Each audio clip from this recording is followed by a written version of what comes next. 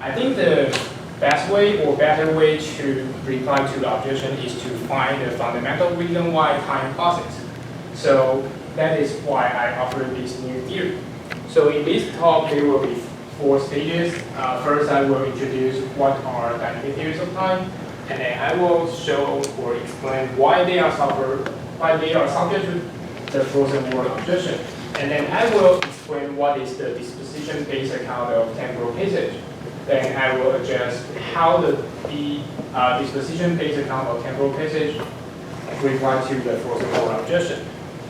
So what are dynamic theories of time? Let's consider a scenario. My dog sits on the ground, and when he sees me, he runs towards me. Suppose the event of my dog sitting on the ground occurs at T1, and the event of he running towards me occurs at T2. Dynamic theories of time argue that time generally passes from T1 to T2, but steady theory of time hold that time doesn't generally pass from T1 to T2. But it is not that clear what is the notion of general passage mean, so I characterize it in a metaphysical framework offered by Sider. So a theory of time is about what the world is fundamentally like, and the language the theory uses is also fundamental. A language is fundamental if it carves the nature as its joint. So the notion of general passage carves nature as its joint. And dynamic theories accept this, steady theory of time do not accept this. So what is the passage of time? The simple answer is the present moves from one moment to another. We can consider the following 2 figures. Both figures represent words from T0 to T5, and the present is colored by T2, by red. So figures 1 represent the world where the present is at T1. Figure 2 represents the world where the present is at T2. But we cannot use either of the figure to capture the movement of the present. Otherwise, the present will be frozen at a particular moment. So we need to use 2 figures to capture that answer. But we need some more formal way to say what is the movement of the present. So Empire claims that it was the case that P, but it is not always the case that P. This formula continues to express what is common to the flow of time, flow of a river on the one hand, and the flow of time on the other. So the formula is used to capture the present move from one moment to another, and it can do this because suppose that there is a proposition that I'm standing now. If the present is frozen at this particular moment, this proposition will be always true. But if the present moves, then the proposition will not be always true. So it was the case that I'm standing now, but it is not now the case that I'm standing now. Yeah. But contemporary dynamic theories of time usually characterize temporal passage in terms of tense fact. They built their theory on prior account, so they take it was the case that P as a past fact, which represent or describe what the world looks like in the past. So suppose, for example, there is a fact, the present fact obtains at T1, but doesn't obtain at T2. At T2, another fact, a past fact obtains. Since the present fact becomes the past fact, and this past fact obtains now, time has passed. So the passage of time in this context is understood as different facts received the obtained. Okay, we now have some basic idea about dynamic theories of time, so we can see why they are subject to the frozen world objection. So the frozen world objection is offered by P phi and Q price, and I think it is one of the major objections to dynamic theories of time. One of the reasons is that even the dynamic theories claims that the frozen world is metaphysically possible. So what is the frozen world objection? I reformulate Phi's objection as follows. Time differs from space because time flows. P2, the previous present is the only difference between dynamic and steady theories of time. The previous present is not enough to guarantee the passage of time. Therefore, there is nothing in dynamic theories of time that prevents the present from being frozen at a particular moment. I will, in following, I will explain why we should accept these premise. So, for the first one, it is obvious time differs from space because time flows, and this is accepted by many philosophers. So, and I hope I just explained this, so I will directly to explain P2. At first glance, P2 seems impossible because we just say, I just said, a fundamental difference between dynamic and steady theories of time lies in the notion of temporal passage. It is one of the major differences between dynamic and steady theories of time. But Feist replies that everything else of Tan's theoretic interest will follow from the fact that a given time t is present. So it is unclear what does he means here. He actually has two claims follow this claim. The first claim is the passage of time depends on Tan's fact. The second claim is that Tan's fact depends on the previous present. He doesn't explain why these two claims are true, but there are some material in his paper, in his book, that can help us understand why these two claims are true. And I put them together to form two arguments. First is the passage of time depends on Tan's fact. First, if there aren't Tan's facts in the world, there are only Tan's facts. So Tan's facts are facts that obtained at one moment but not obtained at another. Tan's facts are facts that once obtained are always obtained. This is because Tan's facts involve tensors relations. Tensors relations such as being earlier than, being later than, being simultaneously with. So for example, if an event A is earlier than an event B, then whenever we view this relation from any moment, this relation always holds. So this is the reason why tensor facts, if there is only tensor facts, nothing changes in the world. So for temporal passage is a kind of change. So if there is no change in the world, time doesn't pass. This is followed from 3 and 4. And so time doesn't pass in a world where there are no Tan's facts. So the passage of time depends on Tan's facts. It is a little bit weird, but I try as much as I can from Feist's work. So another is Tan's fact depends on the previous present. When there is a previous present, facts about moment after the present are future facts. Facts about moment before the previous present are past facts. This is the definition of present, future, and past, so it is easy to accept this. Now, without the previous present, there can be no future, present, and past fact. So Tan's fact don't obtain, therefore Tan's fact depends on the previous present. So the relationship among them, according to Keyfine, is the passage of time depends on the obtainment of Tan's fact, which depends on the previous present. Okay, so we now know the why P2 is true, and we can move to P3. And P3, I think it is the most important step in this argument. According to P3, the previous present is not enough to guarantee the passage of time. Feist's argument is that quote, a future fact amounts to no more than being later than the present, and similarly, a past fact amounts to no more than being earlier than the present. But then how can the passage of time be seen to based on the fact that a given time is present and that various other times are either earlier or later than that time? This is where I gathered those resources to explain why the above two claims are true, so we are all familiar with this. So we can proceed quickly. So 12, earlier than and later than are tensors relations. So in once tensors relation hold, they always hold, so a past fact is always earlier than the present, and the future fact is always later than the present. If this is the case, then future facts don't become present fact, and present facts don't become past fact. Time then doesn't pass. This is from Keyfine. So we now know what is dynamic theories of time, and what is the frozen world objection, and why dynamic theories of time subject to the frozen world objection. We can see what is we can finally see what is the disposition based on the temporal passage. Okay, so according to the frozen world objection, dynamic theories of time are not enough to guarantee the passage of time. So dynamic theories need to find a way to ensure temporal passage. One potential way is suggested by Leininger quotient.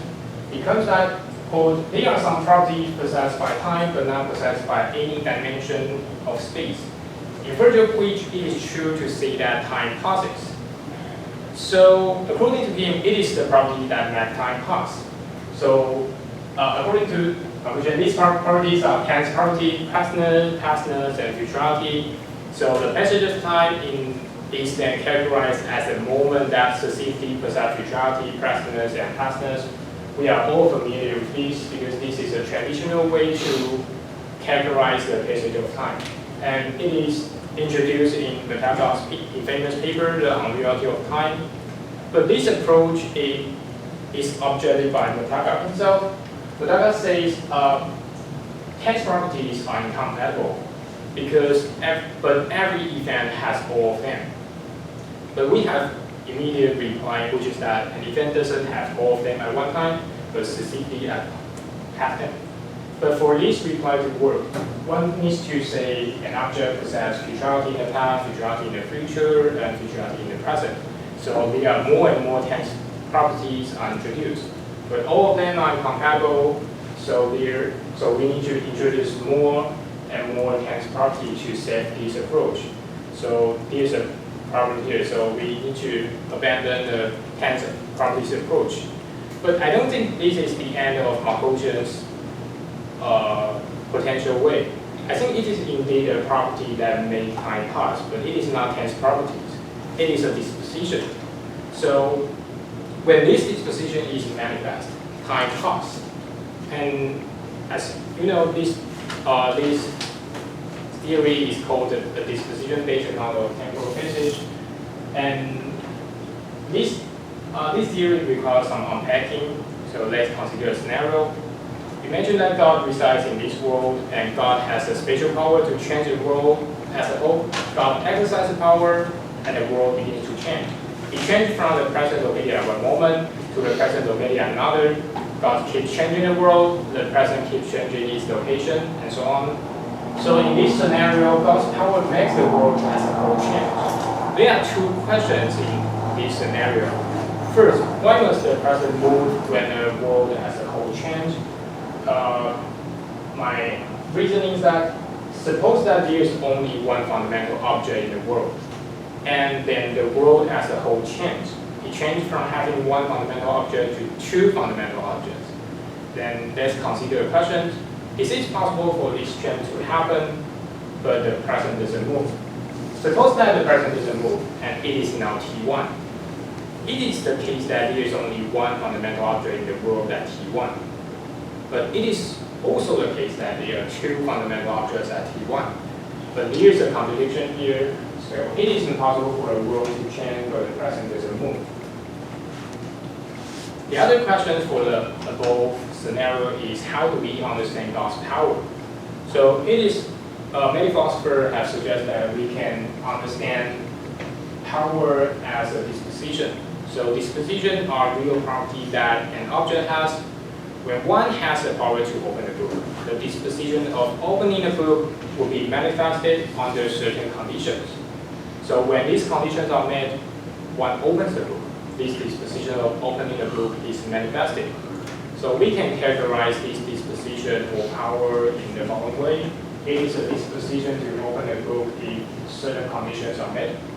So God's power can be characterized in this way, but we need to know what is signal condition for God's power to be manifested. And there are many potential candidates, maybe God's desire, God's preference, God's kindness. I just assume that it is God's kindness. So it can be characterized as it is the disposition to make the world as a whole change if God is kind. Okay, so next, after exercising change for billions of years, God wants to take a break, but God doesn't want the world to stop changing. So God decides to give the disposition to the world, but God cannot directly give the disposition to the world, because if God gives the world, then there is no single condition for the disposition to be manifest. So God make a change on the single condition, he just release the single condition.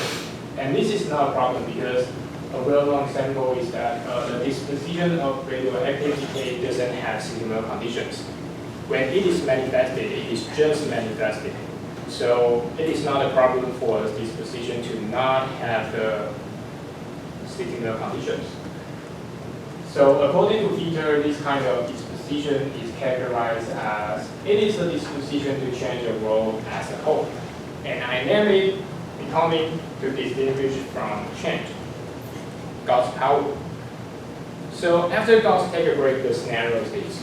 The world as a whole has the disposition of becoming. When the disposition of becoming is manifested, the world as a whole changed. The present was at one moment and then moved to another. The disposition continued to be manifested and the present continued to change its location and so on. So this scenario is almost the same as the dynamic theories of world. But some people might worry that becoming is from God. So the reason why time passes is because of God.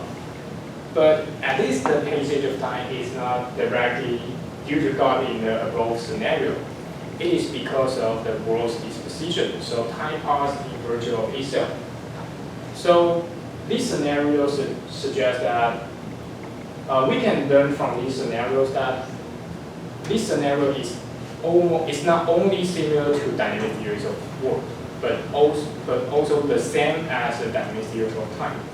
So we finally discovered why time passes in this scenario, the disposition of becoming. So this is the disposition-based account of temporal passage. So how does it address the frozen world objection?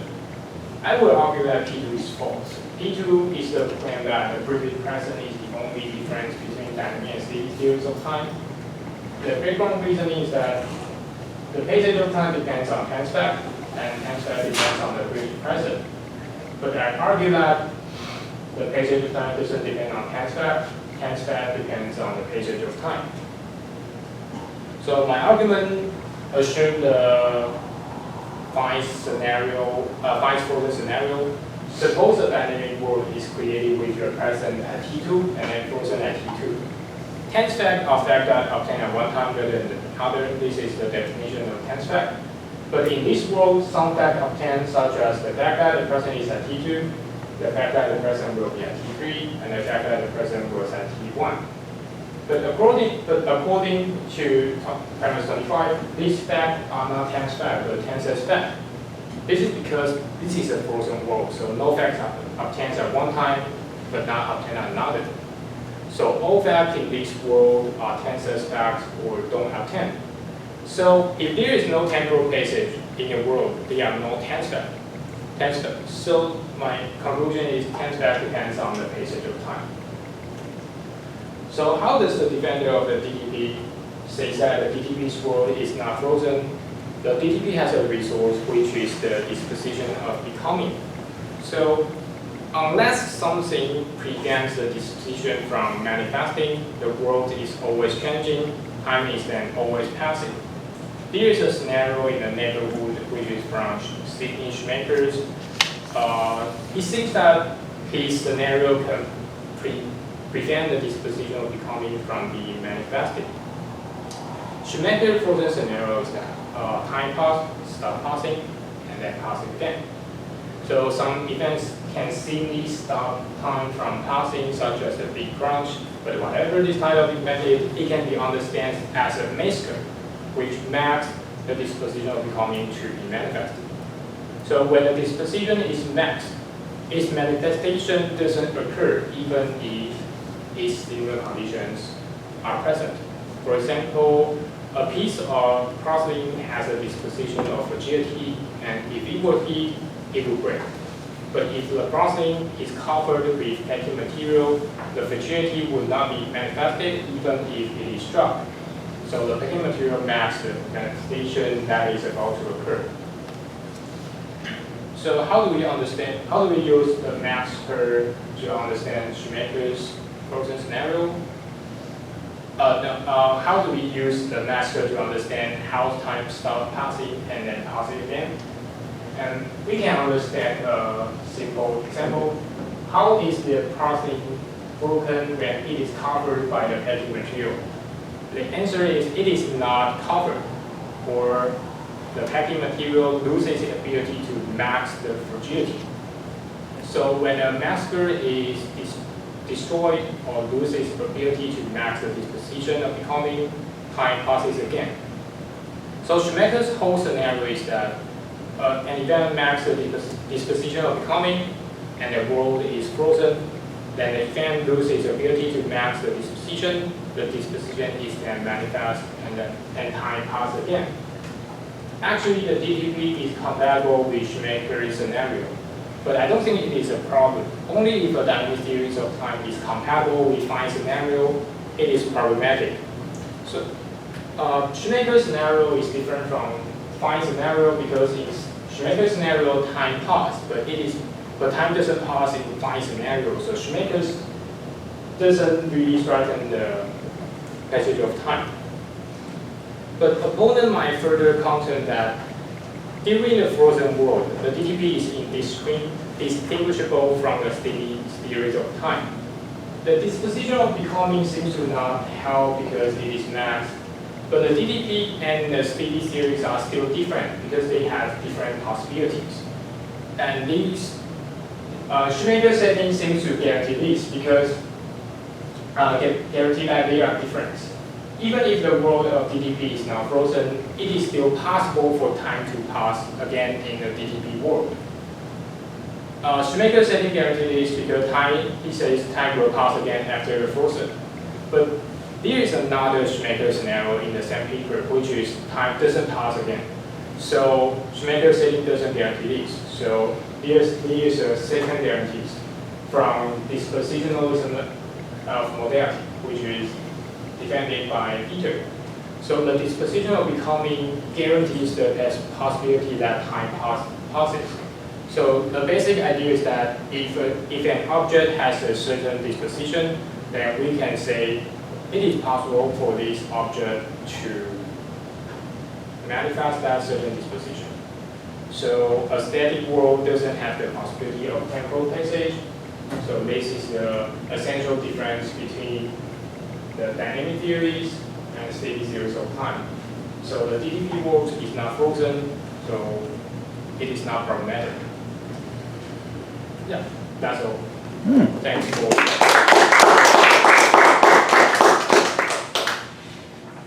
I'm now going to read the comments from Lisa Leininger, who's not here today.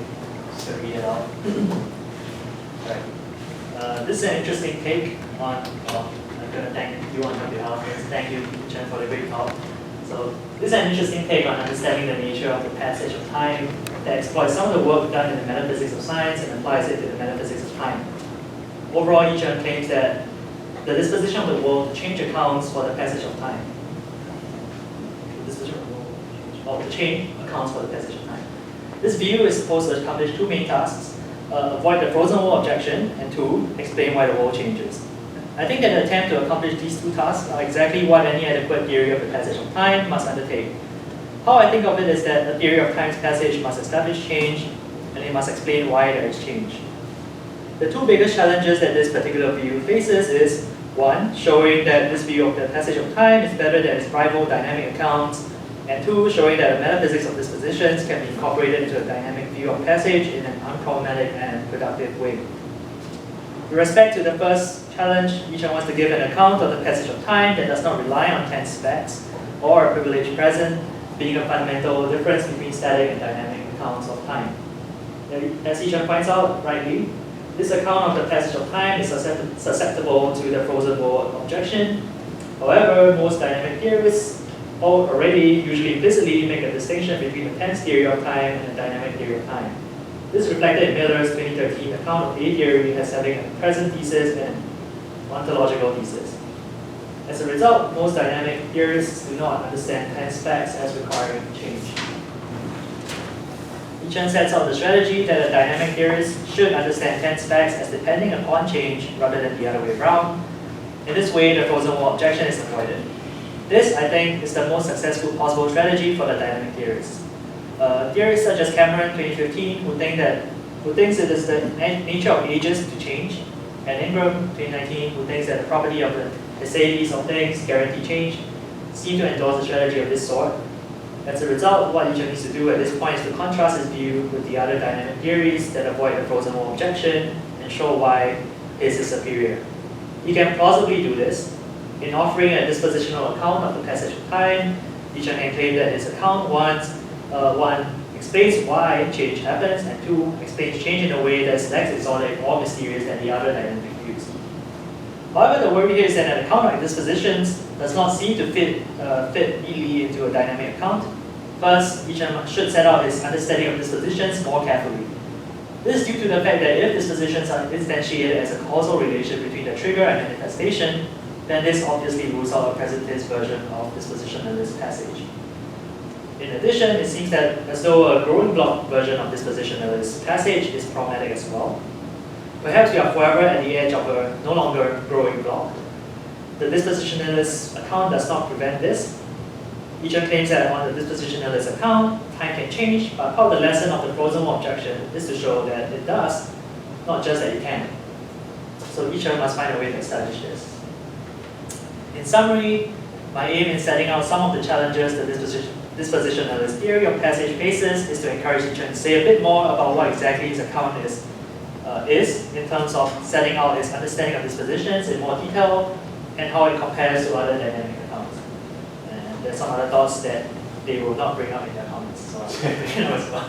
That's it. Thanks.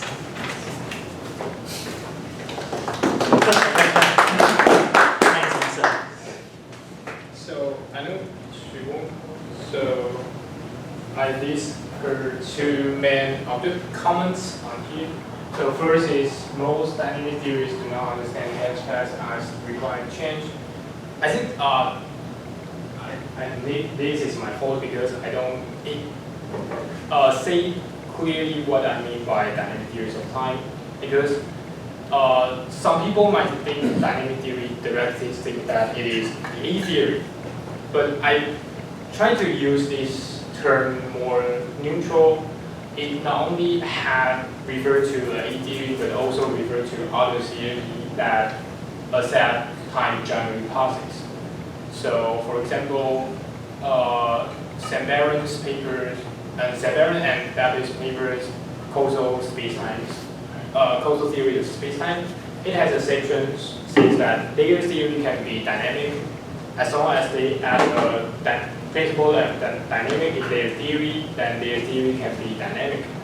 So in that sense, it doesn't belong to a theory, but it is still belong to a big group that is dynamic theories of time. So that is how I use this term. And the second comment is, if dispositions are instantiated as a causal relation between the trigger and manifestation, then this obviously rule out the present tense version of dispositionalist passage. Yes, this objection is correct. Yes, I need to consider this objection, but not all relation between disposition and manifestation are causal. There are some relations such as law-like relation between disposition and manifestation, and Daniel Nolan has a paper which is called non-causal dispositions, and this is a cool example in his paper I just read out. So it is the ancient Egyptians knew when to start expecting the emission of the Nile when the star Sirius rose at or before sunrise. It is obvious to us that the apparent movement of Sirius doesn't have any relevant causal impact on the flow of the Nile. Understanding the Nile disposition allows the Egyptians to make vital predictions that impact their way of life. So this kind of example is non-causal disposition. And another example is the disposition of radioactive decay. Okay, I can find it. So the some philosophers would suggest that the disposition of radioactive decay does have some similar conditions, and which is the passage of time. When time passes, the muon manifests the disposition of this radioactive decay. So in this case, the passage of time doesn't cause the disposition to be manifest. So it is another example of non-causal disposition. So that is my reply to these last two comments. Yeah. Thank you. So, any questions? At the back. Yeah, very interesting. Thank you. A couple things. One, McTaggart. So I don't know whether you know, there's a paper by Jonathan Lowe from a while back, I think it was in Mind, where he pretty much disposes of the McTaggart paradox pretty well and shows that really if you, I don't remember the details, but if you set it all out properly, you don't have contradictions between the different iterated tense predicates, so you might want to look at that and see if you can. The other thing is, I agree with you, that Fine's argument is pretty mystifying. What's he claiming? So a frozen present is going to be a world in which so time has stopped, all time has stopped. So it's not a proof, like, it doesn't, I'm not saying he wants to prove it, but it certainly doesn't establish anything like B theory or anything like that, just time stopped. Okay, fine. You could be an atheist and still believe time can stop. Yes.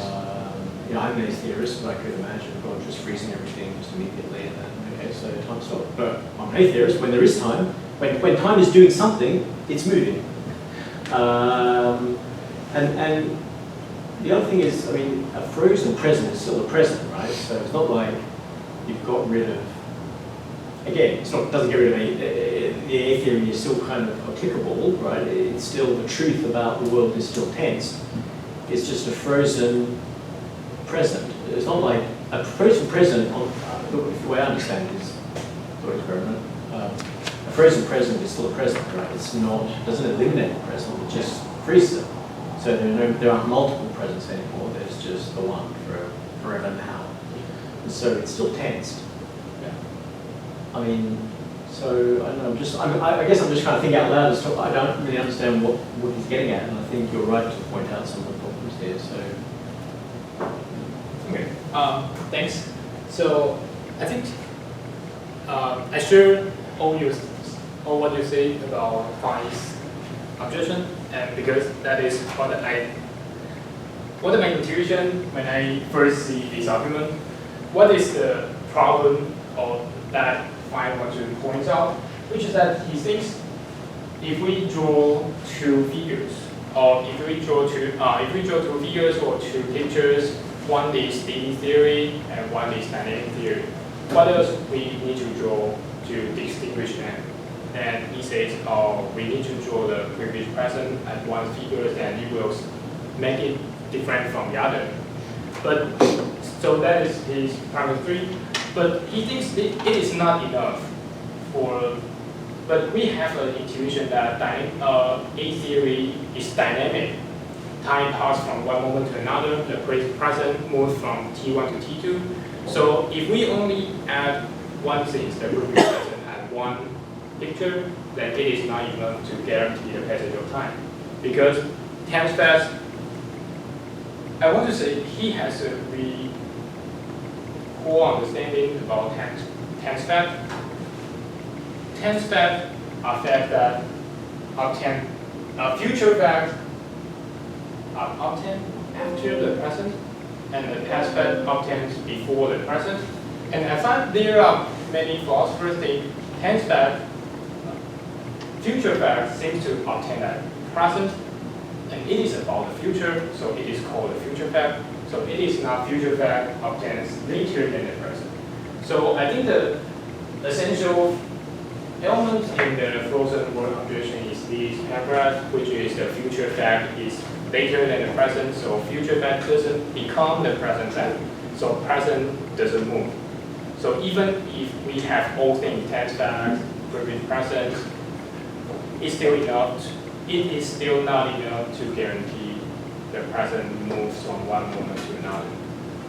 Yeah, that is, I think, what's fine to say. And you're saying that's a misunderstanding of what, and I agree with you, I think it is a misunderstanding. So it's very good that you highlight that. Okay, thank you. Thank you, super interesting. It's been a while since I've done time stuff like this, so help me get my head around. The concept of a disposition here for like time itself. Normally a disposition is a kind of thing. Normally it's going to have a stimulus, like the argument that it's so something happens, and then time ticks, and then it's going to do the next thing.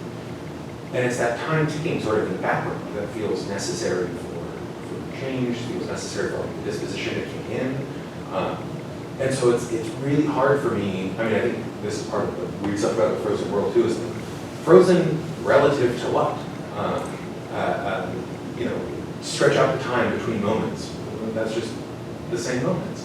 And so it feels almost like this has to have like some kind of hyper time in the background, and that gets real weird. And so I was just hoping you could clarify the notion of a disposition in this particular context, a disposition of time itself, rather than disposition within time. Yeah, this is good question. So, I think this a good way to distinguish disposition of time and disposition within time is whether the passage of time is one of the necessary signal conditions for that disposition. So, for example, that the example of radioactive decay, if it is manifested, and some philosophers like Daniel Lin suggest that the passage of time is one of the signal conditions for the radioactive decay. So, in this case, it is the disposition within time, but I understand the passage of time as another disposition. So it is the disposition. The passage of time, the passage of time is the manifestation of the disposition of becoming. So it is another disposition. So the whole picture is when this disposition, when the disposition of becoming is manifested, time passes, and this makes the disposition of radioactive decay to be manifested. Yeah, so there's only one disposition of time. Yeah. Yeah. Does that make sense? Okay. It doesn't like necessarily right. So like you're talking about the stimulus conditions. I think you've got that right. It feels like time, like the passage of time, feels like a precondition. Like it's like a necessary background thing that's going on. It sort of it becomes manifest relative to what? It wasn't manifest, and then it gets manifested. Right? We have the present, and then it manifests, and then the time ticks. Right? And that extra step in the middle is what I'm getting kind of confused about. Right? You have the time, it manifests, time ticks. Okay, well, then it manifests and then time clicks, then relative to what? And that's where it feels like we need some kind of like, again, like some kind of like reference according to which we can make sense of that. Then that's at least where I'm getting tripped out. Is you worried about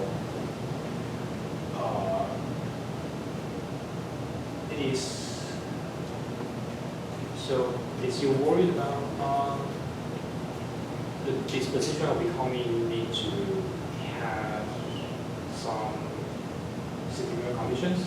Because in this case, it will grab into signal conditions to be manifested. I mean, like maybe like the slogan to say would be like, when is the disposition manifested? Oh. Like at what point? Like not like when isn't like what are the conditions under which it gets manifested, but like when? Is it now? But then like that is kind of odd because then it would be the future because the time would have already ticked, but it can't be in the future because it needs to tick before it does it. And so there's this question of when does it manifest? So my simple answer is always. No when. It is always from the very beginning.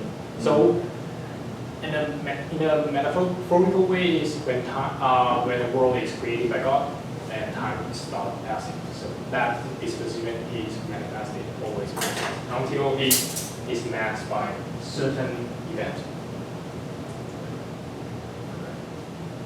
Yes. Cool, thanks. Cool. I have 2 questions, I'll just ask one. So, it's a bit of a weird question. So, I think the dialectic is something like Kit Fine says, yeah, you have a privileged present, and you have these tense facts, but those aren't enough to get real passage. And then you want to say, yeah, there's this disposition that will make time genuinely move, and that gives us genuine passage. I was thinking that that might help with the future direction, like the mere will things, there's the genuine disposition. But what about like it was frozen past, so like it has never moved since, and the disposition will make it start passing. But if the disposition is future directed, then how do you get it? But it genuinely was the case that it did pass in the past, but it like passed from somewhere else to here. But the current disposition isn't responsible for that. You might think the current disposition is responsible for why it will pass in the future, but how do you get that it always was passing? Yeah. I think I have 2 responses. One is there must be a certain event that frozen the previous frozen that responsible for the previous frozen. So there might be an event, and so there might be some fact in the world that responsible for the previous frozen. So we can know that the previous time the past is frozen. And second response is the disposition of time is not possessed by the present. It is possessed by the world as a whole. So that is the reason why I keep saying it's the world as a whole has the disposition. So it can prevent the world from being frozen at I mean, for the first point about you need an event to stop time, so that's presupposing something like the default is passage, and you need an event to stop it. But I think Fine's position is something like the default is static, and you need to give me something that gives me genuine passage, and in the absence of you giving me something, it's just frozen. And then you gave the story of, oh, there's these extra dispositions that make it pass. So I think Fine would say, no, the default is it never did anything, and you need to give me something. So I think he would maybe like there's an event that had to have stopped it. And the second point I would think, does your argument work on the presentist view, where the whole of reality just is the present, or does it only work? Because I think the second point was saying that the whole world doesn't just include the present. But I think it'd be interesting if your account didn't work for presentists. Yeah, it actually works for other theories. So because this is only 4,000 words, but the next section is do some exercise to fit into presentism and the point block theory, which seems to be incompatible with this kind of picture. So for your first point is, I anticipate that Fine would reply that, or even I beg the questions at the first point, in the first place. So where is it? So that is why I want to argue that P2 is false, that I reverse the dependence relationship in. I think A theories or dynamic theory should accept that passage of time is more fundamental than tense fact. So because if frozen world is metaphysically possible, as Ross Hammond says, then in this frozen world, there are no any tense facts. Because facts do not obtain at one moment, not obtain another. Those facts are always obtained in Fine's frozen world. So if there is no temporal passage, there are no tense facts. So I think A theories or dynamic theories should accept the reverse dependence relations. Tense fact, no, I don't want to say one thing. So depends on the passage of time. So the passage of time is the fundamental element, fundamental level. So I'm really not sure this begs the question to Fine's, but yeah, I'm not sure. We've got time to. Maybe that, yeah. A couple of helpful suggestions, which may or may not be actually any help, but just offer them. I mean, I agree with you about dispositions that don't require stimulus and that could be just eternally manifested. I think that's a really good idea. And a couple of possibilities, maybe used. One would be, say, the disposition of all objects to persist. Right? And by persist, I don't mean like for any particular length of time. Like radioactive particles don't persist very long at all, but they do persist until they don't, right? And it's short, or it may or may not be short. But just the disposition of material objects to persist is a disposition that has no stimulus. It's just in the nature of things to persist, and that is a disposition which is kind of constantly manifested. And another you might say the disposition to change. So if you sort of get a bit Aristotelian about time and the passage of time, and you do want to reduce it somehow to change, then, which you may or may not want to do yourself, but you could say, well, the disposition to change of the material is, again, it's things are always changing, and it's leave aside thought experiments about things are always changing. It's a disposition that's kind of all constantly being manifested by constant change, and again, it's just kind of the essence of things, just the nature of things. It doesn't require a stimulus to make something disposed to change. It just needs to exist in order to manifest this disposition to change. Yeah. So yeah, a couple of thoughts. I think you might be able to make some use of that. Thanks. Really good.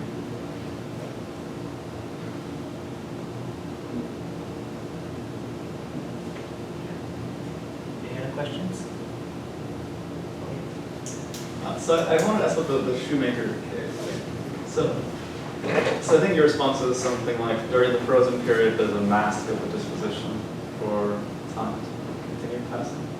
But I was thinking of the shoemaker case differently. So I was thinking, in the shoemaker case, time always passes and it never stops passing. Time is never frozen.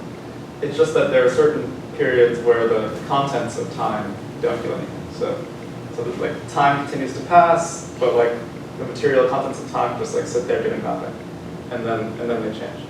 And so I was thinking that the shoemaker view is one where time always passes, and so there shouldn't be any kind of stimulus to stop it.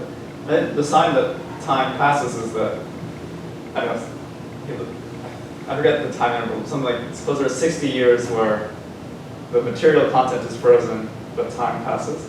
But as time passes, like at the midpoint, it was true that 30 years ago, stuff was happening. And in 10 years hence, it was true 40 years ago that time was happening. So like things are changing in the sense that how far they are away from, but even though no physical stuff is happening. So I was thinking on that view, you didn't need any max, time always passes. And so the shoemaker view, for example, isn't a problem for your view. Yeah.